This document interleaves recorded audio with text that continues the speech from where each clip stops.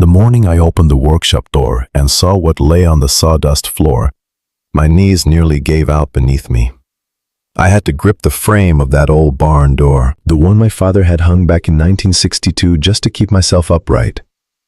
43 years of working wood, 43 years of enduring bitter Canadian winters and scorching prairie summers in that shop outside Red Deer, and I had never once felt the kind of bone-deep, terrifying codes that ran through me in that exact moment. Drop your province or your country in the comments below, friends, and tell me where you're listening from tonight.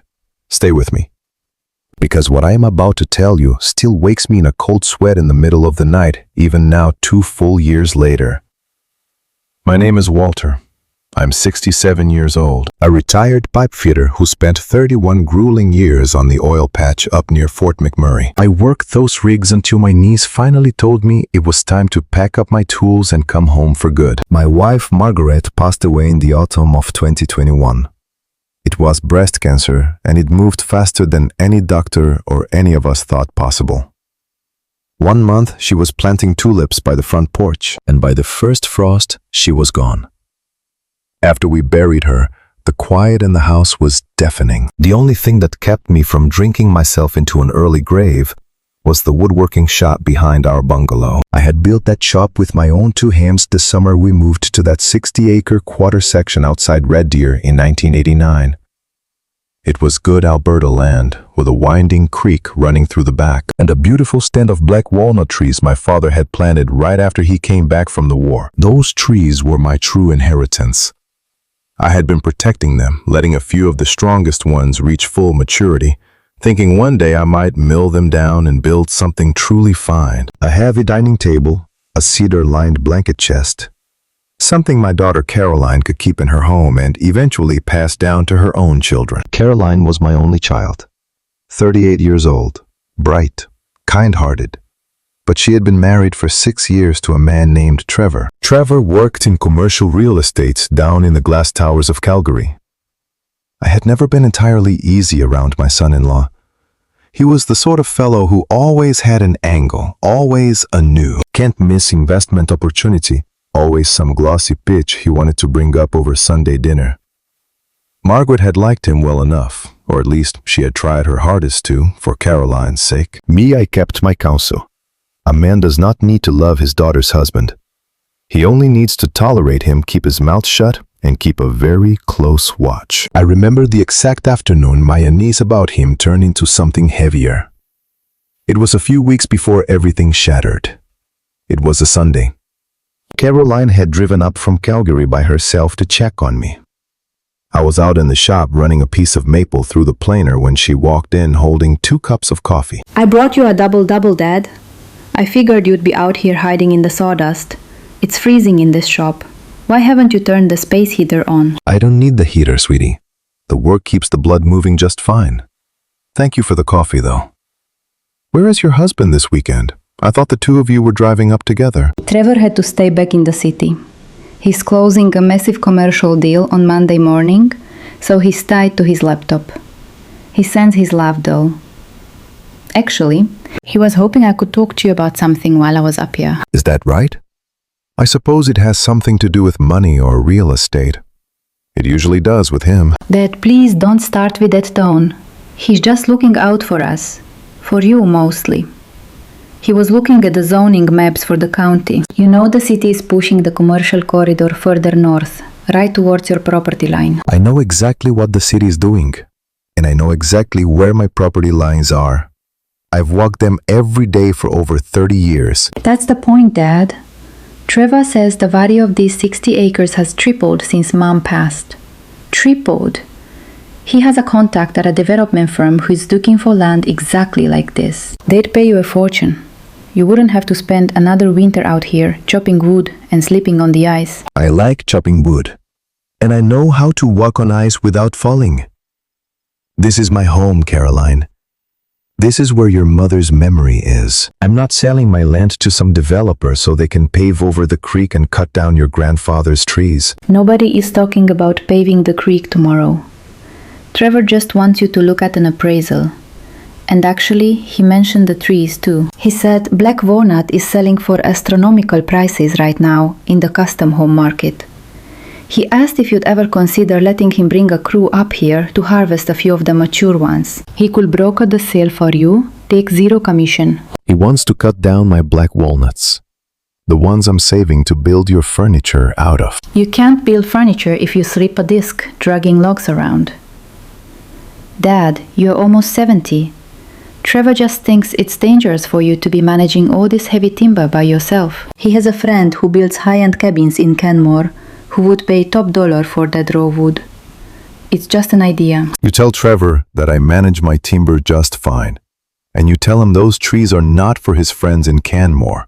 They stay in the dirt until I decide they come out. You are so incredibly stubborn. He warned me you would react exactly like this.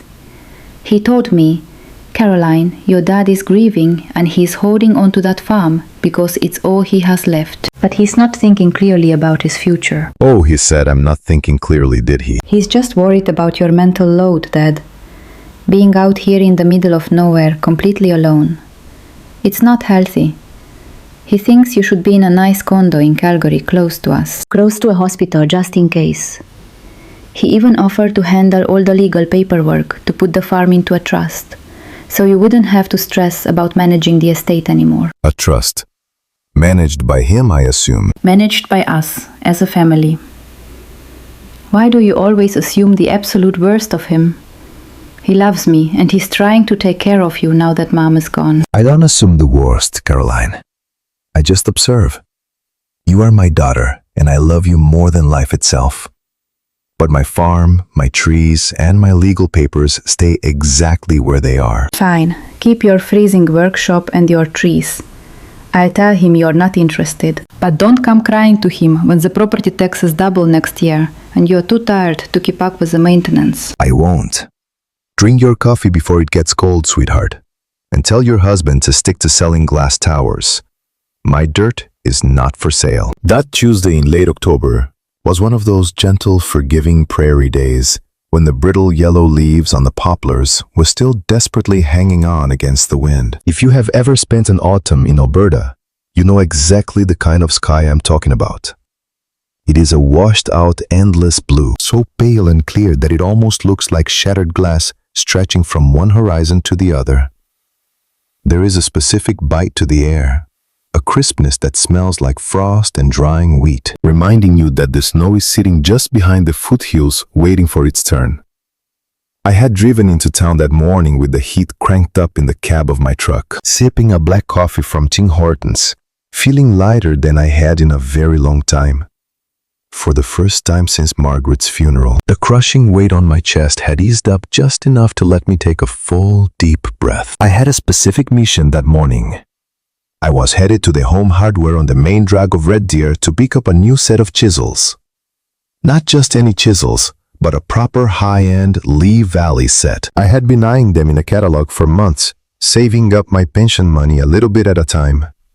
They cost the better part of $400, which is a lot of money for an old pipefitter to spend on himself, but I was feeling good about it. I had the cash sitting thick in my front pocket, and my mind was already racing with ideas for a new project. I was finally thinking about working the wood to bring myself genuine joy, rather than just using the noise of the saws to drown out the silence of an empty house. The hardware stores smelled the way they all do. A comforting industrial mix of cut lumber, rubber tires, and floor wax. I gathered my chisels, admiring the heavy steel blades and the polished ash handles through the packaging, and made my way to the front registers. There was only one checkout lane open, manned by a teenager who looked like he would rather be anywhere else. I took my place in line, and that was when I first really noticed the woman standing directly in front of me. She was tiny, broad-boned and fragile, standing maybe 5 feet tall in her heavy winter boots. She had to be at least 80 years old. She wore a faded wool coat and a floral kerchief tied tightly under her chin in the old country way, the exact same way my own mother used to wear hers when she went out to feed the chickens in the freezing cold. Placed carefully on the black conveyor belt in front of her were 3 meager items: a small dented tin of dark wood stain, a cheap package of medium grit sandpaper, and a single loose brass hinge. It was the kind of random assortment of hardware that told a story of a small, solitary repair being made in a lonely house. The young fellow behind the register scanned the items, mumbled the total without looking up, and waited. I watched the old woman open a worn leather coin purse. Her hands were trembling. The skin on the back of her knuckles was thin as parchment, mapped with purple veins and dark sunspots. She began laying coins down on the counter. Quarters, dimes, nickels. She slid them into little piles with her shaking fingers moving them around, recounting them. She counted that handful of change 3 separate times. The line behind me was starting to back up, but nobody said a word. The silence in that aisle grew heavy. Finally, she stopped counting. She rested her hands on the edge of the counter and looked up at the cashier with a look of quiet, dignified shame that I recognized deep in my own bones. It is the look of someone who has worked hard their entire life only to find themselves standing at a cash register, publicly defeated by a few pieces of silver. "I am $12 short," she said. Her voice was so soft, so frail, I almost could not hear her over the hum of the store's fluorescent lights. "I can leave the hinge. I will just take the stain today and come back for the hinge next week." Something inside my chest shifted before my brain even had time to process the thought. I didn't weigh the decision. My body simply moved on its own. I stepped forward, closing the distance between us, and set my expensive box of Lee Valley chisels on the counter, right beside her little pile of coins. "I will get hers too, son," I said to the young cashier, pulling a crisp $50 bill from my pocket. "Just ring it all up together." The old woman slowly turned to face me. And I will tell you the absolute honest truth. The look on her face was not the look of relieved, grateful senior citizen who had just been helped by a stranger. It was not a look of warmth.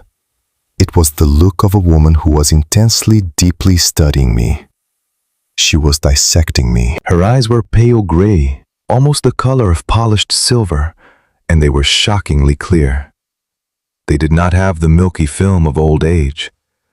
They held mine for a long, heavy moment. The air between us seemed to thicken the background noise of the hardware store, fading out completely.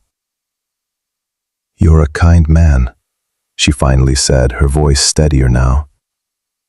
"What is your name?" I tipped my hat slightly. "Walter," I told her.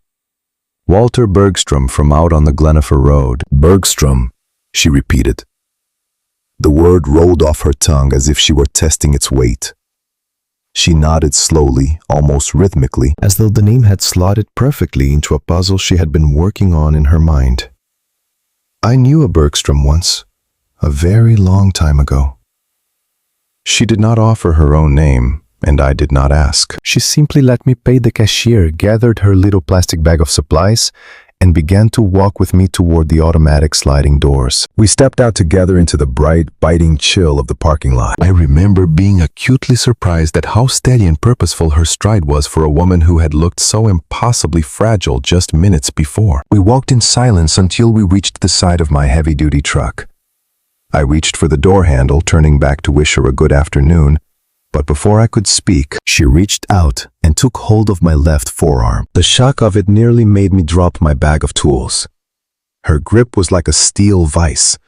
It was a terrifying, unnatural strength that had absolutely no right belonging to a woman of her size and age. Her fingers dug through the thick canvas of my winter coat, pinning my arm in place.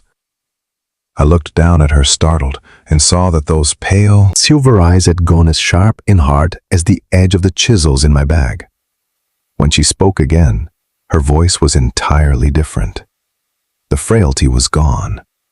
It was lower, gravelly, and vibrating with an intense, terrifying urgency. "Walter," she said, practically hissing the words into the cold air. "Listen to me carefully. When your daughter's husband comes to your shop this week, and he will come this week, you will let him take whatever he asks for. You will not argue with him. You will not question his motives. But after he leaves, after you watch his truck go completely down your laneway, Do not sweep the sawdust off the workshop floor. Not that night. Not until the morning sun is up. Do you understand me? I froze. My breath plumed in the cold air between us. I stared down at her, trying to process the absolute absurdity of what I was hearing. My mind immediately scrambled for a logical explanation. I thought to myself that she must be one of those poor old souls who had gone wandering in her mind the way the elderly sometimes do when dementia sets in. But I looked into those silver eyes, and I knew she wasn't crazy. Her gaze was lucid, piercing, and terrifyingly sane. "Ma'am," I said, trying to keep my voice calm and gentle. "I think you might have me confused with someone else. I really do not know what you are talking about. My son-in-law has not been up to my place in months. He's a city boy. He does not have any use for an old man's dusty workshop." She ignored my rationalization completely. Instead, she squeezed my arm even harder, her fingernails biting into my muscle through the layers of fabric. She pulled herself an inch closer to my face. "He will come before the week is out," she whispered fiercely. "You mark my words, Walter Bergstrom. And when he's gone, do not touch that sawdust. Do not pick up a broom until the sun is up." Without waiting for a response, she released her iron grip, gave me one final curt nod, and turned her back on me. She walked away, her floral kerchief bobbing in the wind, heading toward an ancient rust-spotted beige Chevrolet parked at the very far end of the lot. I stood there rooted to the asphalt, the plastic bag of expensive chisels dangling forgotten from my hand. I watched her climb into the Chevy and drive away, exhaust sputtering in the cold air. I stood alone in the parking lot for a long time, feeling the strangest, most primal sensation crawling slowly up my spine. It was a visceral shudder, like someone had just walked over my own grave. I finally shook off the chill, climbed into my truck, and drove home to the farm. For the rest of the afternoon, I did my best to mentally file the encounter away. I am a pragmatic man, a man of blueprints and steel pipes and measurable facts. I told myself that the old woman was simply confused. She had mistaken me for someone else. Bergstrom is certainly not an uncommon name out here on the prairies, where half the farmers and ranchers are Scandinavian by blood. It was just a bizarre coincidence. I carried my new chisels into the shop, set them neatly on the workbench, and went back inside the house. I put a hearty pot of beef stew on the stove to simmer in that evening. I sat in my recliner with a cold beer, watching the Edmonton Oilers game on the television, with my old border collie Duke snoring softly at my feet. The house was warm, the game was good, and my rational mind took over. I didn't think about the old woman with the silver eyes again. I didn't think about her at all until Thursday afternoon rolled around. Thursday arrived exactly like any other late October day on the prairies. Crisp and quiet, with the pale sun casting long, weak shadows across the frozen grass. I had spent the early part of the afternoon out in the workshop trying to keep my hands busy. I was working on a sturdy oak bookshelf I had been meaning to build for the spare bedroom. The rhythmic, repetitive motion of the hand plane, peeling thin, curling shavings off the rough lumber, was usually a meditation for me. It was the kind of honest, physical work that kept my mind from drifting back to Margaret's empty chair at the kitchen table. The radio was playing softly in the corner, tuned to a local country station, and for a few hours, I was completely at peace. I had entirely forgotten about this strange old woman at the hardware store, dismissing the entire bizarre encounter as a trick of an aging mind or a random, meaningless coincidence. I did not think about her at all until the clock above my workbench ticked past 3 o'clock, and the heavy silence of the farm was suddenly broken. I heard the deep, unmistakable rumble of a heavy engine coming up my gravel laneway. It was not the familiar high-pitched whine of the rural mail carrier's van, a sound I know as well as my own heartbeat. This was something much larger, something heavier. A diesel engine. Duke, my old border collie, lifted his head from his bed in the corner of the shop and let out a low, warning growl. I set my hand plane down on the bench, wiped the wood dust from my calloused hands onto my denim overalls, and walked over to the shop side window. I peered out through the dusty glass, and my heart instantly sank into the pit of my stomach. Pulling up right beside my workshop was Trevor's pristine, lifted black Ram 3500. And hitched behind that expensive shiny truck was a heavy-duty dual-axle flatbed trailer. Before the truck had even come to a complete stop, the doors swung open. Trevor climbed down from the driver's side, wearing a designer winter jacket that looked like it had never seen a day of actual physical labor. Sliding out from the passenger side was another fellow, a man I had never seen before in my life. He was heavyset, thick around the middle, wearing a faded black hoodie pulled up tightly over his head despite the relatively mild afternoon sun. He kept his hands shoved deep into his pockets and his eyes locked firmly on the gravel, making no effort to acknowledge me or his surroundings.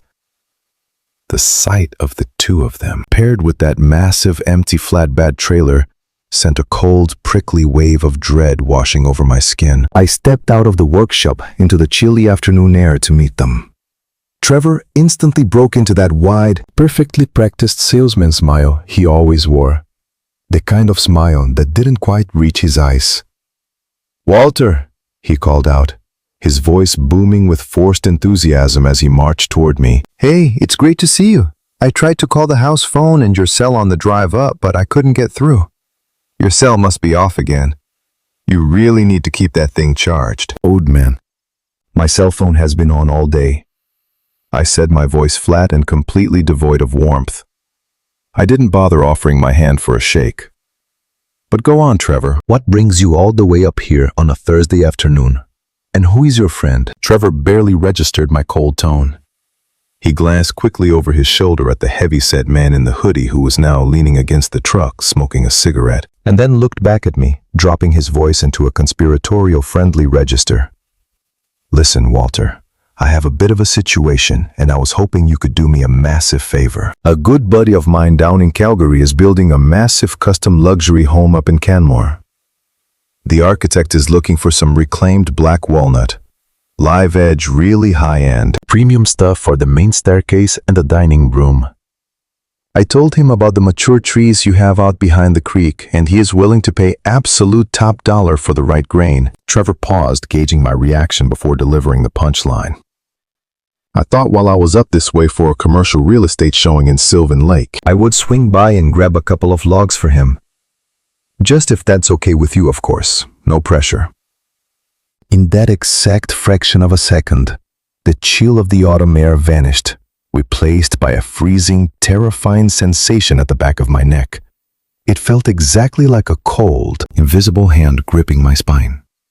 The old woman's silver eyes flashed in my mind, and her gravelly voice echoed loudly in my ears, so clear she might as well have been standing right next to me. "When your daughter's husband comes to your shop this week, you will let him take whatever he asks for. You will not argue with him. You will not question him." My jaw tightened. Everything in my nature, every protective instinct I had as a father and a landowner, screamed at me to tell Trevor to get off my property. I wanted to chase him and his shady friend back down the laneway, but the old woman's warning held me completely paralyzed. I decided to test the waters just to see how deep the lie went. "How much is it paying?" I asked, keeping my face as blank as a stone. "For my father's black walnut, just so I know what to expect." Trevor waved his manicured hand dismissively, brushing the question away as if it were a trivial detail. "Oh, we are still working the exact numbers out. Don't worry about that, Walter. I will make sure you get a massive cut. Right now, I just want to get him a sample so he can see the quality of the wood. Just a sample." A sample. I looked past him at the massive dual-axle flatbed trailer capable of hauling thousands of pounds of timber, and I looked at the strange, menacing man puffing on a cigarette. A flatbed and hired muscle for a sample. The absolute audacity of the lie was staggering. But I forced myself to nod. I swallowed my pride, suppressed my mounting anger, and told him to go ahead and help himself. I told him my heavy-duty steel chainsaw was hanging on the iron hook by the side door of the shop, and the heavy ratcheting straps were in the blue bin near the tractor. I even warned him to mind the electric fence down at the creek bottom, because the neighbor's bulls were currently out grazing in the adjacent pasture. Trevor beamed, clearly thrilled that I hadn't put up my usual fight. He stepped forward and gave me a quick, awkward hug. It was the specific kind of hug a man gives when he is immensely relieved that he does not have to work hard for something he wants. Then he and the man in the hoodie climbed back into the black Ram, shifted it into gear, and drove slowly down the rutted dirt track that led toward the back 60 acres and the pristine stand of black walnut trees. I went back inside the workshop and picked up my hand plane. I pretended to go back to work on the oak bookshelf, but my hands were shaking too badly to make a clean cut. Really. I was just listening. 10 minutes later, I heard the brutal roaring start of the two-stroke chainsaw echoing up from the creek basin. The sound tore through the quiet afternoon like a physical wound. For the next 2 hours, I listened to that saw run almost continuously. I listened as the massive decades-old trees my father had planted with his own hands were felled, stripped, and butchered. When they finally came driving back past the house 2 full hours later, the heavy-duty flatbed trailer was groaning under the immense weight of 3 massive black walnut logs. Each log was the size of a grown man's torso, thick, straight, and practically flawless. Just looking at the raw timber, I knew those 3 logs alone were probably worth more than the sticker price of Trevor's lifted truck. He rolled his window down and waved enthusiastically at me from the cab. I stood in the doorway of the shop and raised my hand in a stiff, silent wave back. Then Trevor did something highly unusual. Instead of continuing down the driveway toward the main road, he pulled the heavy truck up right alongside my workshop, put it in park, and shut off the engine. Both he and his friend climbed out. "Walter," Trevor called out, jogging over to me, "do you mind if we grab a quick bite of something from your fridge before we head back to the city? Chopping wood is exhausting, and it is a really long drive back to Calgary." "Help yourself," I said, gesturing toward the house. "The door is unlocked. There's a pot of leftover beef stew on the stove. Just heat it up." They walked up the porch steps and went inside. I did not follow them. Instead, I stood motionless in the open doorway of my workshop and I watched them carefully through the large kitchen window. I saw Trevor open my refrigerator, take out the glass container of stew, and hand it directly to his buddy, who immediately started microwaving it. But Trevor himself did not eat. While the man in the hoodie was distracted by the food, I watched Trevor slip silently out of the kitchen. He walked swiftly down my hallway, disappearing toward the spare room at the back of the house. That was the room where I kept my heavy metal filing cabinet, the one that held all of Margaret's medical papers, the farm's original land title, my bank statements, and my last will and testament. He was in that spare room for maybe 4 minutes. Then, as quickly as he had vanished, he reappeared in the kitchen. He grabbed a spoon, ate 3 hasty bites of stew directly from the bowl, clapped his buddy on the shoulder, and they walked out the front door. "Thanks for the grub, Walter," Trevor yelled across the yard, wiping his mouth. "I'll be in touch about the money." They climbed into the truck, and I stood like a statue as I watched his red taillights slowly disappear down the gravel laneway, turning south toward the highway. The sun was rapidly setting behind the western foothills, and the shadows were getting long and dark across my yard. I immediately walked into the house, marched straight down the hallway into the spare room, and checked the metal filing cabinet. I pulled open the heavy steel drawers. Everything seemed to be exactly where it belonged. The folders were neatly aligned. Nothing appeared obviously out of place, but the air in the room felt tainted. Something felt deeply, terribly wrong. My pulse began to hammer in my temples, and then I remembered the second half of the old woman's bizarre instruction. Do not sweep the sawdust. I left the house and walked back out to the workshop. The evening air was biting cold now. I stepped inside the doorway and flipped the switch for the bright overhead fluorescent lights. The concrete floor was covered in a fresh, even layer of fine golden sawdust from my afternoon's work with the hand plane and the table saw. Because I had stayed mostly near the doorway while watching Trevor in the house, the vast majority of the shop floor was completely undisturbed by my own boots. And as I stared at that pristine layer of wood dust, I suddenly realized that whatever Trevor had been doing in the house, he had also slipped into my shop at some point while his friend was distracted. I looked around the room carefully, my eyes scanning every shadowed corner. At first glance, I saw absolutely nothing out of the ordinary. Just my heavy wooden bench, my hand tools, my half-finished oak bookshelf, a messy pile of offcuts stacked in the corner, and the smooth layer of sawdust on the concrete floor. Every fiber of my being, 40 years of deeply ingrained habits, screamed at me to grab the push broom leaning against the wall. A clean shop is a safe shop, my father had always told me. It was a mantra drilled into my head since I was a boy. The urge to sweep the floor, to clean away the mess of the day, was almost physically painful to resist. I reached my hand out toward the wooden handle of the broom, but the old woman's voice whispered sharply in my ear, loud enough to make me snatch my hand back. Not that night. Not until the morning sun is up. I stood there for 10 long minutes, breathing heavily, battling my own rationality. Finally, I surrendered to the warning. I turned off the overhead lights, pulled the heavy wooden door shut, and turned the deadbolt until it clicked. I walked back into the dark house. I did not sleep a single wink that night. Duke lay dutifully at the foot of my bed, sensing my profound unease. I lay on top of the covers, fully dressed, staring blankly at the ceiling shadows.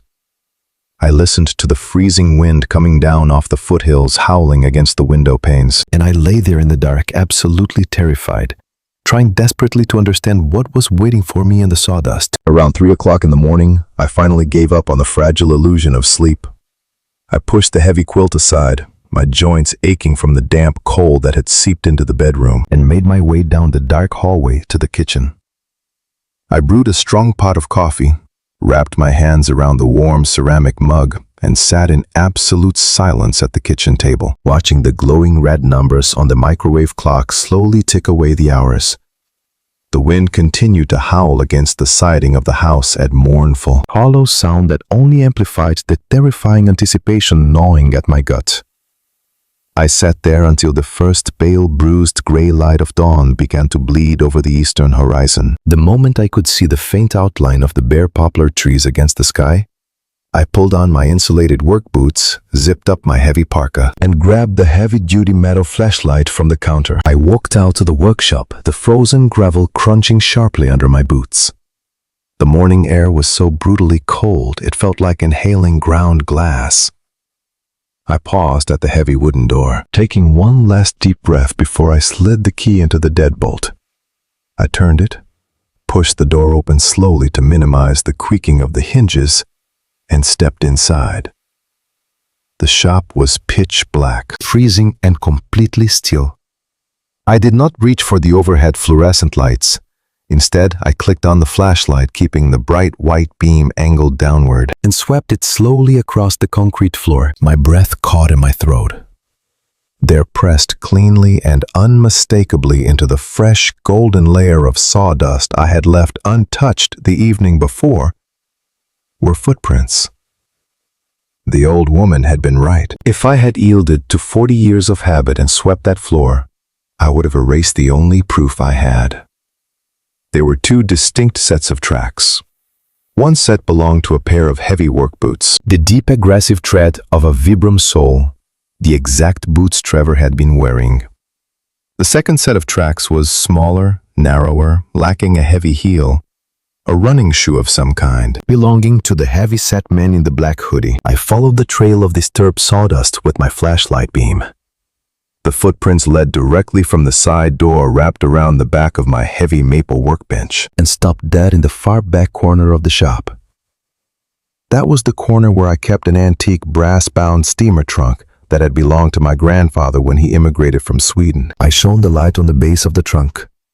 It had been shoved roughly 3 inches to the left. I could see the clean, dust-free rectangle of gray concrete where it had sat undisturbed for over a decade. I approached the trunk, my hands beginning to shake violently. I knelt on the cold concrete, undid the tarnished brass latches, and pushed the heavy lid open. The hinges screamed in the quiet shop. Inside, resting beneath a pile of moth-eaten wool horse blankets my grandfather had kept, was a large modern black canvas duffel bag. I had never seen it before in my life. I reached out, my fingers trembling so badly I could barely grip the metal tab and unzip the bag slowly. Inside that duffel bag were 4 heavy rectangular bricks of what looked like tightly compressed white powder. Each brick was meticulously wrapped in multiple layers of clear industrial plastic and sealed tightly with gray duct tape. Nested beside the bricks was a digital scale, a large box of small, clear Ziploc baggies, and a thick manila envelope. I pulled the envelope open with a numb hand. It was stuffed to the brim with stacks of Canadian $100 bills. At a quick glance, it had to be at least $20,000 in raw cash. I dropped the envelope back into the bag, slumped backward until my spine hit the legs of my workbench, and sat down hard on the freezing concrete floor. I put my head in my hands, burying my fingers into my hair as the absolute horror of the situation crashed over me like a physical blow. I understood everything now. Every single piece of the puzzle snapped into place with terrifying clarity. Trevor was not just stealing my trees. He was going to call the Royal Canadian Mounted Police and submit an anonymous tip. Or worse, he was going to go to Caroline weeping fake tears, telling her that her grieving father had been keeping terrible, dangerous secrets to make ends meet. He would claim the old man was slipping out of his mind, getting involved with a dangerous cartel, and needed to be declared completely incompetent. Either way, whether I was locked away in a federal prison for drug trafficking or shoved into a locked ward of an assisted care facility, the end result was exactly the same. The 60 acres of prime Alberta land would fall directly into Trevor's greedy hands. The land was worth close to $2 million with the city's commercial corridor pushing north. The black walnut stand alone was worth a fortune, and he had already begun systematically stripping that asset just to wet his beak. But I had not swept the floor. A man who was secretly dealing fentanyl from his own property would hardly let a random stranger walk through his fresh sawdust to help him hide his stash. The footprints proved someone else had been there planting it. I pulled my smartphone from my jacket pocket. My hands were still shaking, but I forced myself to steady them. I turned on the camera and documented everything. I took dozens of high-resolution photographs. I photographed the 2 distinct sets of footprints in the sawdust from multiple angles. I photographed the moved trunk. I photographed the open duffel bag, the bricks of drugs, the scale, the cash. I even walked outside and took detailed pictures of the fresh saw marks where Trevor had hastily and wastefully butchered my walnut trees, showing the jagged, careless cuts of a thief, not the precise cuts of a master woodworker. I locked the shop, marched back to the house, and went straight to the spare room. This time, I did not just glance at the files. I pulled the photos out and went through every single sheet of paper. And hidden neatly beneath a stack of old tractor receipts, I found what I had missed the night before. My will. The original document Margaret and I had painstakingly drawn up together in 2015 had been entirely removed. In its place was a brand new document. I read the crisp white pages, my blood boiling in my veins. The forged will left absolutely everything to Trevor and Caroline jointly, but it specifically named Trevor as the sole executor and the trustee of the estate, giving him absolute legal power to liquidate the property immediately upon my death or incapacitation. I flipped to the very last page. My own signature was forged on the bottom line. It was a highly skilled, reasonable forgery, but not a perfect one. The loop on the W was entirely wrong. He had been planning this for months. He had patiently waited for Margaret to die, waited for me to become isolated and consumed by my grief. I knew I could not just walk into the RCMP detachment with a bag of drugs without legal backing. I pulled out my phone, found the contact, and hit dial. I waited through 4 agonizing rings before the line clicked open. Hello, Walter. My God, man. Do you know what time it is? It's barely 6:30 in the morning. Is everything all right? Gordon, I'm sorry to wake you, but I need you to listen to me very carefully, and I need you to tell me exactly what to do. I am in serious trouble, and it is not of my own making. Walter, you sound out of breath. Calm down. Take a breath. Did you have an accident on the farm? Do I need to call an ambulance? No ambulance. Gordon Trevor was out here yesterday. He brought a stranger with him. They came to cut down some of my black walnut, but while I was distracted, they slipped into my workshop. I just went out there. Gordon, there is a black duffel bag hidden inside my grandfather's old steamer trunk. It is full of bricks of white powder baggies, a scale, and at least $20,000 in cash. Jesus Christ, Walter. Are you absolutely certain about what you're looking at? I worked the oil rigs for 30 years, Gordon. I know what cocaine looks like. And this might be worse. It might be fentanyl. He planted it. He's trying to set me up to take my land. And Gordon, there's more. I checked my filing cabinet. My will is gone. The one we wrote in 2015. He replaced it with a forgery naming himself as the sole executor. A forged will. Walter, listen to me right now. Do not touch that bag again. Do not move those drugs. Do not touch the cash. Have you wiped anything down? I haven't touched anything except the zipper. I took photos of everything on my phone. Footprints in the sawdust, the bag, the forged will. Everything. Good. That's very good. The footprints are your saving grace. Listen to me, Walter. Do not call the RCMP yet. If you call them right now with narcotics on your property, standard procedure will dictate they arrest you first and ask questions later. We need to control the narrative. I can't just leave it sitting in my shop, Gordon. What if it tipped them off already? What if the police roll up my driveway in 10 minutes? If they were going to raid you, they would have done it at 3 in the morning, not in the daylight. He's waiting for the right moment. Get dressed. Put that forged will in a plastic folder. Lock the workshop. Lock the house.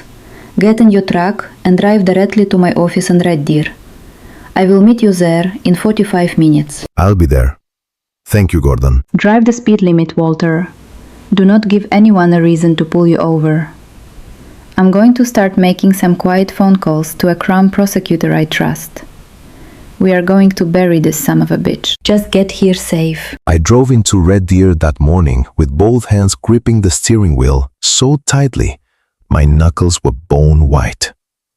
The sun was fully up now, casting a harsh, glaring light across the frosted fields, but the heater in the truck couldn't seem to touch the ice in my veins. Every time a pair of headlights appeared in my rear-view mirror, my heart slammed against my ribs, terrified it would be an RCMP cruiser lighting up with cherry red flashers.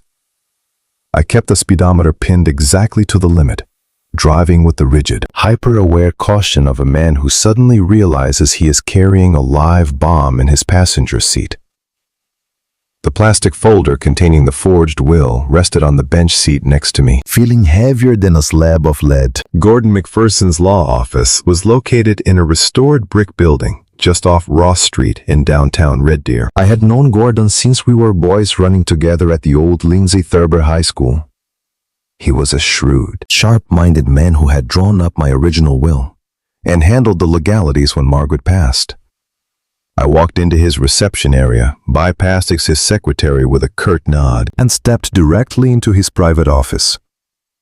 Gordon took one look at my pale, drawn face and immediately locked the heavy wooden door behind me. I handed him the plastic folder and my cell phone with the photographs. I sat in silence while he put on his reading glasses, scrolled through the pictures of the drugs and the footprints, and then laid the forged will flat on his mahogany desk. Gordon studied the fraudulent document for a long, agonizing time. The only sound in the room was the ticking of the grandfather clock in the corner. Finally, he took his glasses off and rubbed the bridge of his nose. He shook his head slowly, his expression caught somewhere between deep professional disgust and genuine anger. "It is a brazen forgery, Walter," he said softly, pointing a pin at the signature line. He got the slant right, but the pressure is all wrong, and naming himself as sole executor while Caroline is still alive and married to him, it reeks of desperation and greed. Gordon told me to go sit in the waiting room, to say absolutely nothing to anyone, and to let him make some highly sensitive phone calls to a Crown prosecutor he played golf with, someone who could bypass the local dispatch and handle this without triggering a blind raid on my property, I sat out in the reception area on a stiff leather sofa, staring blindly at a stack of old magazines on the glass coffee table. The adrenaline that had carried me through the morning was beginning to crash, leaving behind a hollow, vibrating exhaustion. While I waited, my mind drifted away from the drugs in the workshop and circled back to the frail old woman at the home hardware store. Something about that encounter was nagging at me relentlessly, pulling at the edges of my memory. I knew a Bergstrom once, a very long time ago, she had said. Her silver eyes had locked onto mine with a terrifying, absolute certainty. How did she know Trevor was coming? How did she know he would be in my shop? I could not just sit there and let the question gnaw a hole in my stomach.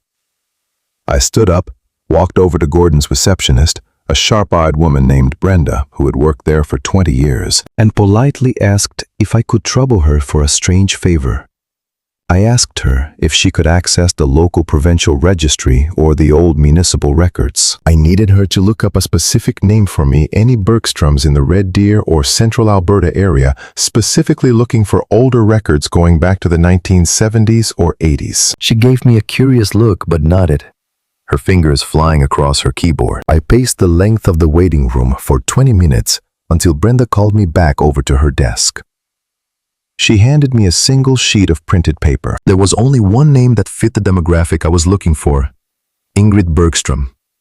She was listed as my grandfather's much younger sister. She had married a man named Halverson and moved out to Rocky Mountain House, a logging and oil town about an hour west of Red Deer, back in 1958. I stared at the name on the paper, utterly stunned. I had never met the woman. My father had mentioned her exactly once, telling me there had been a bitter, permanent falling out over something to do with the division of the original homestead before I was even born. The two branches of the family had severed ties, drawn lines in the dirt, and had never spoken a single word to one another again. Gordon came out of his office a few minutes later, telling me the wheels were in motion with the prosecutor and the RCMP's Major Crimes Unit, but that they needed time to build the trap. He told me to go home, act completely normal, and wait. But I didn't go home. Instead, I got back into my truck, turned the heater on full blast, and pointed the hood west on Highway 11 toward Rocky Mountain House. I had to see her. I had to look into those silver eyes one more time. I found her address in a quiet older subdivision on the very edge of town, where the dense pine forests pressed right up against the backyards. It was a modest, impeccably kept little bungalow with faded blue siding and a neatly shoveled walkway. I walked up the concrete steps and knocked on the screen door. A moment later, the inner door swung open. There she stood wearing a thick knitted cardigan, leaning slightly on a wooden cane. Those striking pale gray eyes met mine entirely devoid of surprise. She did not ask why I was there. She simply nodded as though she had been sitting in her armchair waiting for my truck to pull into her driveway. "Come in, Walter," she said, her voice gentle now, stripped of the fierce urgency from the parking lot. "It is freezing out there. I will put the kettle on." I stepped into a house that smelled of cinnamon, old paper, and wood smoke. We sat across from each other at a small Formica kitchen table while the tea steeped, and over that steaming cup of Earl Grey, Ingrid Halverson-born Bergstrom finally told me the devastating story that had bound us together. In 1974, her own son, a charismatic young man named Eric, had come back home to Alberta after spending 3 years working the oil rigs down in Texas. He had returned with a pretty fast-talking American wife and a head full of grand, complicated financial schemes. Eric had aggressively convinced Ingrid and her husband, my great-uncle, to sign over the deed to their sprawling dairy farm. He used big, confusing words like estate tax evasion, corporate structuring, and generational wealth preservation. He promised them they would still run the farm, but the paper trail would protect them from the government. They trusted him implicitly because he was their blood.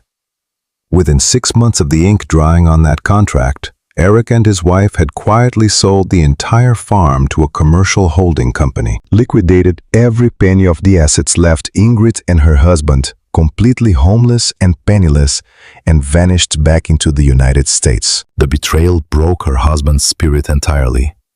He died of a massive heart attack the very following winter, living in a cramped, freezing rented suite situated directly above a noisy hardware store in town. Ingrid had been utterly alone ever since. She looked down at her teacup, tracing the porcelain rim with a frail finger. I have spent every single day of the last 50 years watching Walter, she whispered. Watching for the exact same greed to manifest. Watching for the same tragedy to happen to someone else. She looked back up at me, her gaze piercing right through my chest. I saw your son-in-law at the hardware store on Tuesday morning, she told me. An hour before you came in to buy your chisel. I was looking at garden seeds out of the way. He didn't notice me, but I watched him. He was at the checkout, and he was buying a large brick of industrial rat poison, a heavy roll of silver duct tape, and a bag of thick plastic cable ties. The blood in my veins turned to absolute ice. Rat poison.